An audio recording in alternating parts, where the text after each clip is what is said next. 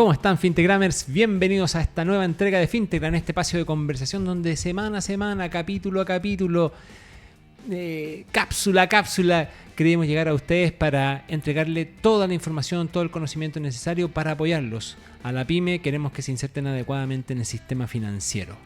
A mi derecha, comenzando este nuevo 2025 con todo, ya estamos en marzo nosotros.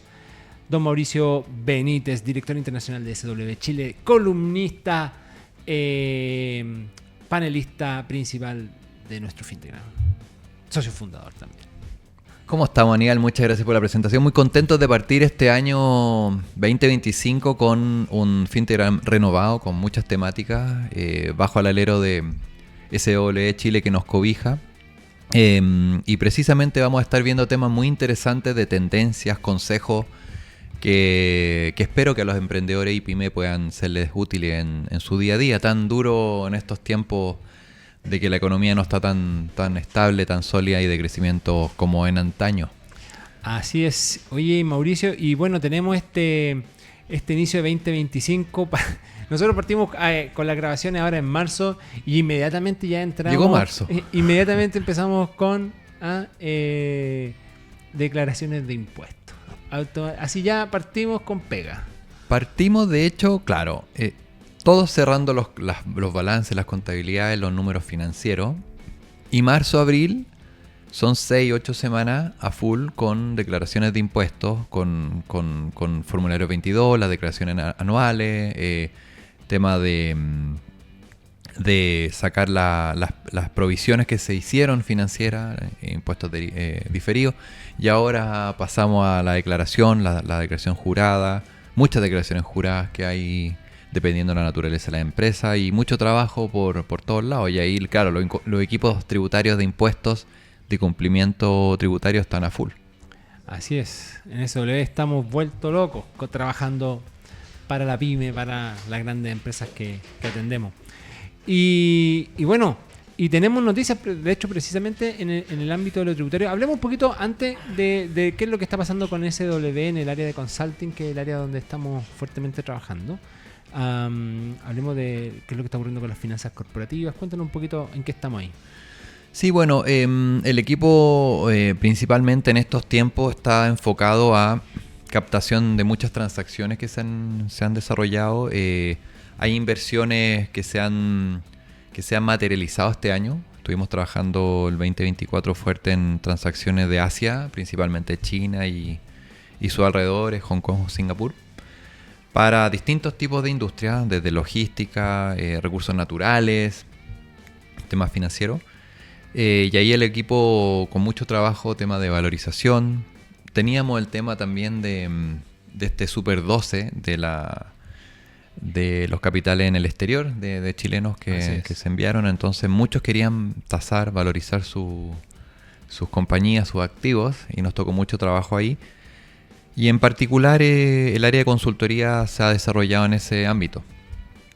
Ahora, temas de inmobiliarios también como real estate te han tocado ver particularmente, ¿no? Así es, pues cerramos el 2024 con algunas operaciones relevantes, digamos, algunos edificios por ahí, estructurando algunas inversiones.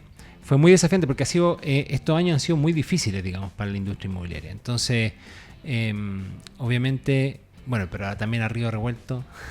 Ganancias de un pescador. No, hay que estructurar de manera inteligente. Hay oportunidades en el mercado, hoy día más que nunca.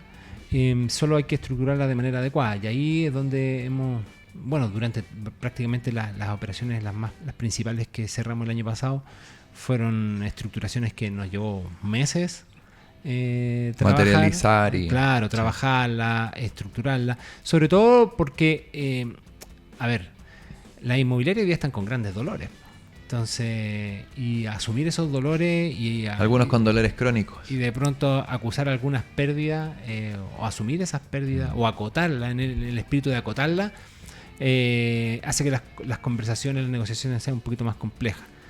Pero obviamente la realidad del mercado es más fuerte Entonces, cuando uno llega con una posición sólida, no solo en términos ni de liquidez ni nada, sino que más bien una posición sólida en cuanto a modelar adecuadamente los negocios para que para los inversionistas sean negocios seguros, es donde hemos colocado la mayor cantidad de esfuerzo. Así que, y este 25 viene igual. Este 25 no pinta para ser un mejor año para el mercado inmobiliario. Entonces hay que buscar. Pero lo más importante, y es como el consejo al final que le estamos dando a todos, es como hay distintos modelos para invertir. Deben haber unos 5 o 6 modelos con los que nosotros actualmente estamos trabajando en inversión inmobiliaria. Desde pequeños inversionistas hasta los multifamily, digamos. Ahí el recorrido tienen 5 o 6 alternativas a lo menos para estructuras distintas de entrada y salida. Y ahí la pregunta es, claro, las pymes, los emprendedores, los que no tienen exceso de caja, ¿qué oportunidades tendrían para invertir? Bueno, ahí de hecho es donde también hay un espacio grande que estuvimos trabajando precisamente también a finales del año pasado, que tiene que ver efectivamente a propósito de las valorizaciones de las empresas. En ese contexto también ocurre que hay empresas que en cuanto a su deuda está mal estructurada también. Y dado que tienen una deuda que está mal estructurada, a veces están aprovechando sus capacidades principalmente de garantía hipotecaria y qué sé yo. Entonces patrimonialmente tienen más de lo que están utilizando ese apalancamiento. Mira, ya vamos a hablar ancho. con un experto sobre estos temas, pero ahí hay un tremendo temón, porque efectivamente la información que entrega la pyme, esto lo hemos dicho un montón de veces, la información, la calidad de la información que entregan es tan baja que generalmente a los ojos de instituciones financieras generalmente van a aparecer como despatrimonializados. Cuando en la práctica no necesariamente es así, cuando en el fondo, dado que, esto lo hemos dicho un montón de veces, dado que su contabilidad la llevan con un enfoque estrictamente tributario, como para descargar la mayor cantidad de impuestos, etcétera, etcétera, eso a la larga significa que esos números lo que informan es que hay un déficit patrimonial. Entonces, pero financieramente la empresa a lo mejor no está en esas condiciones. ¿Te fijas? Entonces, nosotros lo que hemos hecho a finales de año también, o durante todo el 24, y este 25 viene igual, aprovechar esa oportunidad, aprovechar efectivamente cómo se puede reorganizar en el fondo la deuda para generar espacios de liquidez. Y esa liquidez es lo que te va a permitir o enfrentar proyectos internos de las mismas empresas, las mismas compañías, o salir a buscar otras oportunidades. Lo tocaremos con nuestro invitado. Y hay noticias, hay unas tendencias por ahí. Hay unas noticias que queríamos comentar a propósito de las pymes y los emprendedores. De lo que está ocurriendo precisamente en el ámbito de la pyme y en el ámbito de los impuestos. Sí, ¿qué ha pasado con el servicio impuesto interno y todo? Obviamente hay un montón de deuda. Hay un montón de deuda en impuestos. Efectivamente han sido años difíciles. Y hay una tasa rebajada, ¿o no?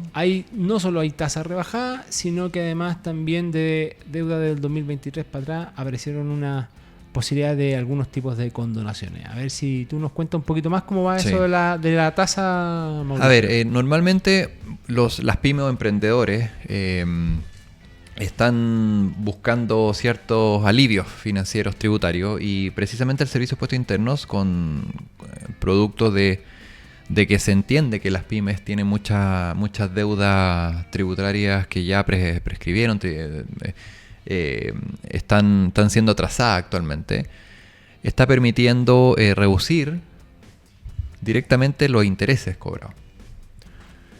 Aparte de la condonación, que vamos a tocar el tema en tema inmobiliario, pero las multas, intereses y reajustes, sobre todo en la parte de intereses, permitió en muchas ocasiones con estos pymes, estos emprendedores que debían impuestos, bajar ese interés. Y eso lo hacen en virtud de precisamente buscar alivianar la caja de la pyme. Ahora, hay un tema relevante que dice la pyme y los gremios. Dicen, bueno, muchas gracias, agradecen el servicio de esto, no lo van a dejar de lado, ¿cierto? Pero dice, bueno, pero falta más. ¿Qué pasa con acceso a capacitaciones tributarias para entender cómo pago mi impuesto? ¿Qué pasa con otras cosas herramientas, facilidades para que puedan desarrollar su negocio? Y muchas veces, con un mes más de operación, la pyme puede seguir un año. Y en ese mes o en esos 2 meses, si no pasan ese periodo corto de tiempo, algunas no continúan. Entonces, por ahí uno dice, se agradece estas purgas, digamos, de alguna manera, o rebaja de interés. Uno siempre pide condonación cuando uno paga, sobre todo, ¿cómo pasan las contribuciones también? Para darle también la analogía en el tema de lo que está ocurriendo contribución. con las contribuciones, en este momento hay una posibilidad de condonación de multas e intereses respecto a las deudas de contribuciones del 2023 para atrás. Por ejemplo. Entonces, ahí hay un tema, porque efectivamente, y un poco complementándolo con lo que tú hablabas respecto a las rebajas de las tasas de interés para la deuda de la pyme, ocurre que aquí hay tres elementos que entran en juego. Uno, la necesidad del Estado efectivamente de recaudar. O sea, el Estado tiene una necesidad de liquidez y la deuda, lo único que está, las cuentas por cobrar del Estado están en aumento. Entonces, obviamente tiene que transformar eso en caja. Y obviamente es por eso, esa es la razón primera por la que surgen este tipo de incentivos. La segunda razón tiene que efectivamente, por el lado de la pyme, es que efectivamente esa deuda, en la medida que se empieza a arrastrar, empieza a generar problemas para la operación de la pyme. Sí. Le va a generar problemas en los procesos de facturación y en el fondo lo que va a forzar es algo que se quiere impedir, que es mayor informalidad. Entonces, obviamente, con este tipo de soluciones, además de, en el fondo, aumentar la caja del Estado, también se incentiva a través de estas purgas que tú dices, de efectivamente poder mantener la formalidad, porque si no, inevitablemente... ¿Qué se incentiva a la informalidad? Exacto.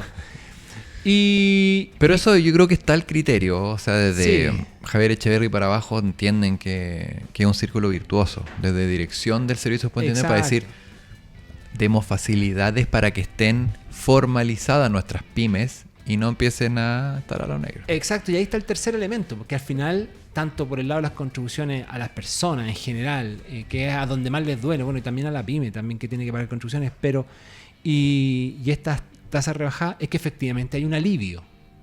¿Me entiendes? Van a la caja, los temas de impuestos, como bien sabes. Hay un alivio, hay un alivio. Entonces hay un alivio a la caja. No pudiste pagar por la razón que sea el capital que debías, bueno, por último te bajo la tasa, te rebajo las multas, las multas, los intereses. Por eso queríamos mencionarlo hoy día, porque sí es un beneficio para nuestras pymes, es muy importante. Ojo, que no hay rebaja en los reajustes, que hoy día a los intereses. Hoy día el IPC casi es como un interés, opera como lo mismo. Pero en el tema de las condonaciones de multa y reajuste de contribuciones también ha sido muy, muy relevante. Pero queríamos mencionarlo hoy día como una tendencia y tips, y volver, y ahora conectándolo con los tips, pues, creo que tenemos algunas cosas para mencionar. ¿no? Sí, bueno, y hay que estar atentos. En el fondo la invitación es para que la pyme en general estén atentos a lo que está ocurriendo con este tipo de noticias. Siempre aparece, a veces no son tan publicitadas y a veces los contadores, los asistentes no están tan al día. Hay que estar atentos, hay que estar informándose respecto. Siempre hay que estar leyendo las resoluciones. Yo sé que es tedioso estar todos los días, meterse al servicio de impuesto interno, revisar las resoluciones, los oficios, las circulares. Es mucha información diaria, son por lo menos 2 o 3 diarios que van subiendo, pero no está de más una vez al mes revisar y estar un poco una vez a la semana. Tampoco Exacto. que sean decenas de carillas, sino son cortitas. Siempre son cortitas. Oye, y bueno, vamos con un consejo a la pyme. Y más que consejo, en realidad son algunos tips. ¿Ya? Le habíamos puesto las 10 claves. Pero vimos que no eran 10. Pero no creo que lleguemos a 10. Más probable que sean algunas. Se llaman los top 10. Los top 10, pero yo creo que vamos a dar unos 4 o 5 nomás. De claves para las ventas. Sí. Las ventas para la pyme para este 2025. Y un poco más estos acrónimos especiales que les colocan a los mercados, ¿no? Sí, de hecho, para entender un poquito los tips. De hecho, por ahí va nuestro primer tips, digamos, nuestro primer tip en lo que tiene que ver con enfrentar las ventas este año. Lo primero, creo yo, tiene que definir, que tiene que ver con la definición que tiene que hacer la pyme respecto a si opera B2B o B2C, que lo hemos dicho un montón. O sea, si opera en un mercado donde es de negocio a negocio, donde tu cliente es otro negocio, o si tu cliente al final es un consumidor persona, una persona de a pie, como se dice. Claro, ahí hay que distinguir dos cosas. Uno, si es el oferente del servicio, o otro es el mercado, ¿cierto? El mercado del consumidor puede ser muy diverso también. Exacto. Entonces, separando esos dos mundos, uno podría decir, bueno, El oferente business, que realmente va a ser business, un C2C, un consumer to consumer, es más complicado ahí juntándose fuera de la tiendita. Sí, claro. En una plaza. Mercado informal. Mercado informal ahí haciendo trueque. Si es B2B, normalmente los negocios son diferentes. El negocio oferente, el relacionamiento corporativo es muy distinto al relacionamiento y venta, marketing y incluso comunicaciones que el B2C. Si es un mercado, es un oferente pequeño, normalmente le puede ser fácil al vender al consumidor final, pero va a tener poca caja para poder llegar a muchos consumidores. Normalmente va a ser una tienda, un kiosquito o alguien en internet que de alguna manera pueda llegar a un mercado y ofrecer al consumidor. Pero tal vez le cueste llegar al B2B, a otras empresas, porque son relacionamientos corporativos. A contrario, Sensu, empresas tal vez que tengan más solidez o robustez estructural, pueden relacionarse con otro business, pero sea muy caro hacer un escalamiento e ir al B2C para efecto de llegar a más consumidores a pie, por ejemplo, o la tía Juanita, para ofrecer sus productos o servicios. Ahora, son mercados diferentes. Por eso decía que ahí son dos mundos donde dependerá de dónde quiero llegar, qué producto y servicio estoy ofreciendo, cómo quiero escalar y cuánta caja tengo suficiente como para atacar ese marketing, comunicaciones, ventas, el área comercial, que son dos mundos. O sea, al final está muy relacionado al modelo de negocio, porque al final, a ver, hay productos que van a funcionar única y exclusivamente en un mercado B2B. Por ejemplo, un SaaS, un software, por ejemplo. Un software de servicio, por ejemplo, para, no sé, un software de contabilidad. Eso sí o sí es un B2B en general, porque va a servir para los procesos internos de otra compañía, ¿verdad? Hay otros productos que por su naturaleza van a ser también B2C. Por ejemplo, no sé, se me ocurre ropa deportiva. Yo vendo ropa deportiva. Entonces, ¿a quién va a llegar esa ropa deportiva? A una persona al final, si es que en mi negocio es una tienda, digamos, de ropa deportiva. ¿Ya? Pero hay productos que podrían operar en ambos sentidos en la medida en que tú lo tengas considerado desde tu modelo de negocio. Por ejemplo, volvamos al mismo ejemplo de la ropa deportiva. Distinto es vender ropa deportiva efectivamente para el consumidor final, aquel que pretende hacer deporte, como vendérselo esa ropa de manera más masiva, de manera mayorista, ¿verdad? A un distribuidor. Entonces tú ya no eres derechamente un vendedor, un comercializador que llega a comprador final, sino que en realidad eres un distribuidor. Y en ese caso llegas a otra tienda. La forma de relacionarse, la forma de hacer el marketing, la forma de... es todo distinto. Esto es muy relevante. Creo que algunas pymes no lo tienen claro. Exacto. No lo tienen claro. Si tú haces productos de alimentos, por ejemplo, distinto va a ser hacer el esfuerzo, y aquí comparto el comentario respecto a tus capacidades de capital para poder generar, o la caja en estricto rigor, para poder generar efectivamente procesos de comercialización. Es distinto si tú preparas alimentos, es generarlos para vendérselo, no sé, hago tortas, estoy inventando. Vender las tortas unitariamente a través de Instagram o a través de plataformas online o en tienda es muy distinto a ser un proveedor de tortas para cafeterías, por ejemplo. Sí. Es una historia totalmente distinta. Pero queríamos hacer el contrapunto, porque muchas no lo piensan tampoco. Exacto. Salen a vender, pero sin estrategia. Entonces, pensemos un poco en ese... Hay que pensar en eso. Ese proyecto, ese modelamiento de negocio. Hay que hacer muy bien la distinción, ¿ya? Porque también los desafíos van a ser distintos tanto en caja como los modelos logísticos, los modelos de producción, ¿verdad? Esto es todo muy distinto. Sí. Entonces, esa es la primera distinción para poder enfrentar tus ventas.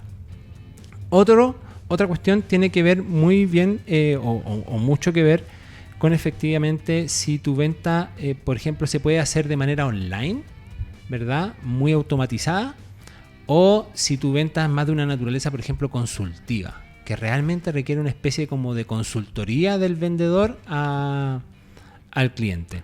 ¿Ya? Bueno, post pandemia igual hemos tocado mucho este tema de el ofrecer de una manera automatizada los servicios, de una manera online. Temíamos que no se podía, pero nos dimos cuenta que casi el 100% de los servicios y de los productos pueden ser ofrecidos de manera telemática. Sí. Pero de alguna manera, o el inicio del negocio, o el término del producto o servicio, o el postventa, muchas veces suele pasar que se requiere la presencialidad. En cuanto a el ciclo del negocio. Exacto. O sea, de la oferta, del cierre, durante el servicio, si un servicio, terminar, la entrega. O sea, yo creo que aquí hay la diferencia principal tiene que ver mucho con el hacer una distinción si tu venta puede ser automatizada o requiere esta cosa consultiva. Yo creo que eso es fundamental. Hay como una vorágine de hacernos creer que todo hoy día es automatizable. Y lo cierto es que no. Lo cierto es que no es así. Incluso productos que son por su naturaleza digital no necesariamente pueden ser vendidos en automático. Por ejemplo, el mismo ejemplo de los software.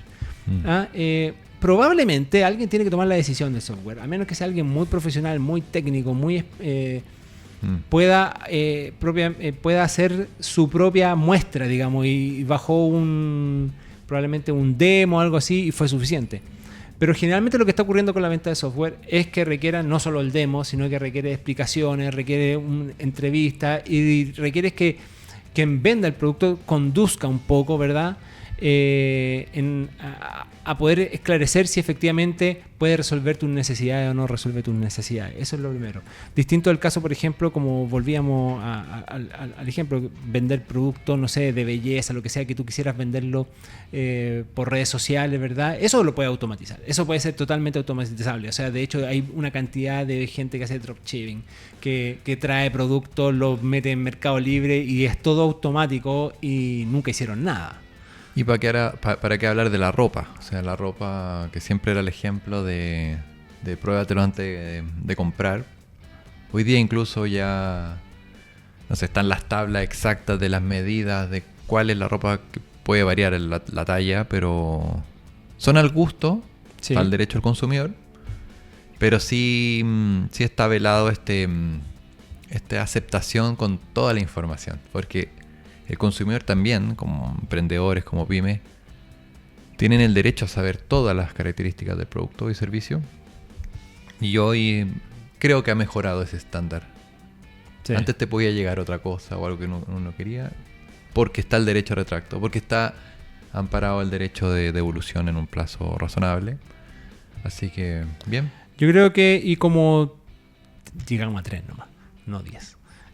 Como tercer tips, que atienda a recoger la información de los dos que ya hemos dado antes. Ya te dijimos, evalúa el modelo de negocio en cuanto a quién llegas en venta, si es B2B o B2C, ¿verdad? Dijimos, evalúa si tu venta realmente puede ser online y automatizada o requiere efectivamente una venta más de tipo consultiva. Y viene lo tercero, porque tú cuando ya tienes resueltos esos dos, conceptualmente a lo menos, estos dos temas principales, es como yo segmento a mi mercado y mi audiencia. En el fondo es efectivamente como yo logro al final penetrar al mercado y colocar mi producto o mi servicio en el mercado. Entonces efectivamente,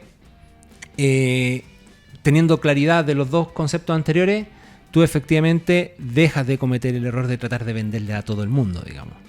Y por lo tanto, y también puedes enfocar de manera más precisa y con más claridad cuál es el relato que vas a contar, el famoso storytelling, digamos, para cómo lo diseñas para que llegue adecuadamente a quien tiene que llegar, ¿verdad? Y a lo mejor esto lo he visto mucho, a veces emprendedores obsesionados por estar en redes sociales, cuando en realidad su producto, su servicio es absolutamente B2B y en una venta consultiva. Y claro, uno podría decir, bueno, todas las redes sociales lo que va a generar son reuniones, pero a veces es contraproducente. Pero es tanto el esfuerzo tanta la energía que les consume todo eso, que a lo mejor perfectamente en un proceso de prospección más sencillo, y una búsqueda, un scouting y buscar uno a uno a veces puede ser mucho más eficiente. Todavía hay espacio para eso en nuestro mercado. Entonces, no. Así es. Así que eso. Tome los tips. Tome algunos de los tips que hemos recogido hoy día para Fintegram. Agradecido por tenernos SW, por estos tips y consejos y tendencias. Así es, gracias SW. Fintegram, queremos que la pyme se inserte adecuadamente en el sistema financiero y queremos que sean exitosos. Chao. Sí,